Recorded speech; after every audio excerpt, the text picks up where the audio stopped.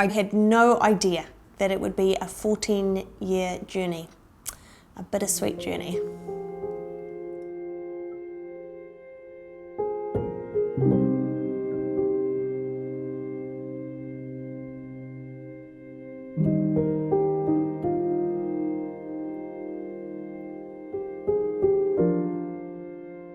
Glenn and I got married young. We were absolutely happy as anything.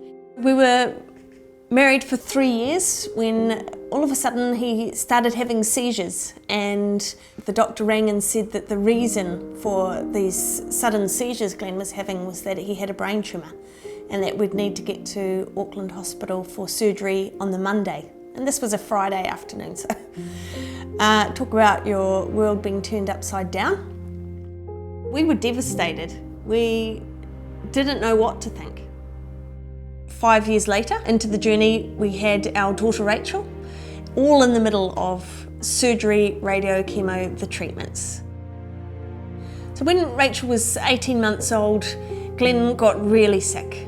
He was clinically dying and he rallied.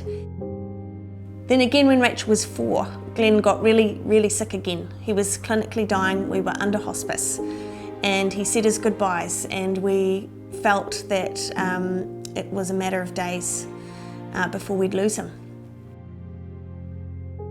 Glenn outlived his prognosis so many times, and it meant that he got to know his daughter, that we got to have wonderful highlights to our life that we look back on now. We're just so grateful for that time that we had.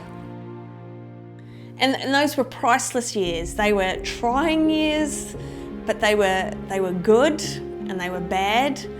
But the fear of life having ended because you have such an awful prognosis, it's just, you don't know what you can endure until you're actually in it.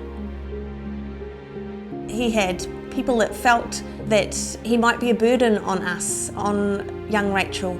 Happy birthday to Rachel. So Glenn would have been eligible quite a bit of the time during his illness for assisted dying. He had the terminal and not expected to live more than 6 months over and over.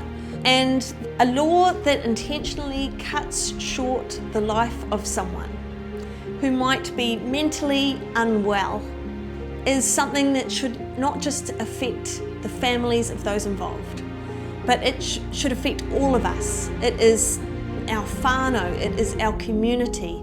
It should concern not just me, but all of us.